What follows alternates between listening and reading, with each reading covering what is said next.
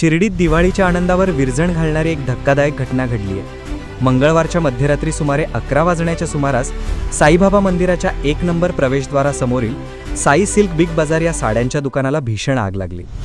या आगीत काही क्षणांतच संपूर्ण दुकान जळून खाक झालं असून शेजारील 2 ते 3 दुकानांनाही आगीचा विळखा बसला। प्राथमिक माहितीनुसार दिवाळीच्या पार्श्वभूमीवर मंदिर परिसरात भाविक आणि पर्यटकांची मोठी गर्दी होती।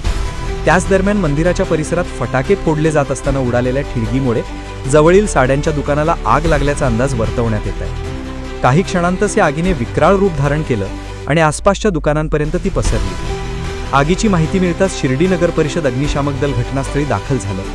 त्यांना साईबाबा संस्थांचा अग्निशामक दल, राहता नगर परिषद आणि कोपरगाव नगर परिषद यांच्या पथकांनी मदत केली। तब्बल 3 तासांच्या अथक प्रयत्नानंतर अखेर आगीवर नियंत्रण मिळवण्यात यश आलं।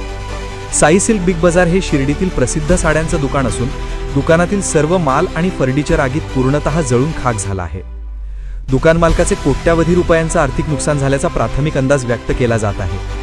मात्र सुदैवाने या आगीत कोणतीही जीवितहानी झालेली नाही, ही दिलासादायक बाब आहे। दिवाळीच्या पार्श्वभूमीवर सर्व व्यापाऱ्यांनी विशेष सवलती आणि नवीन मालाची नोंद केली होती।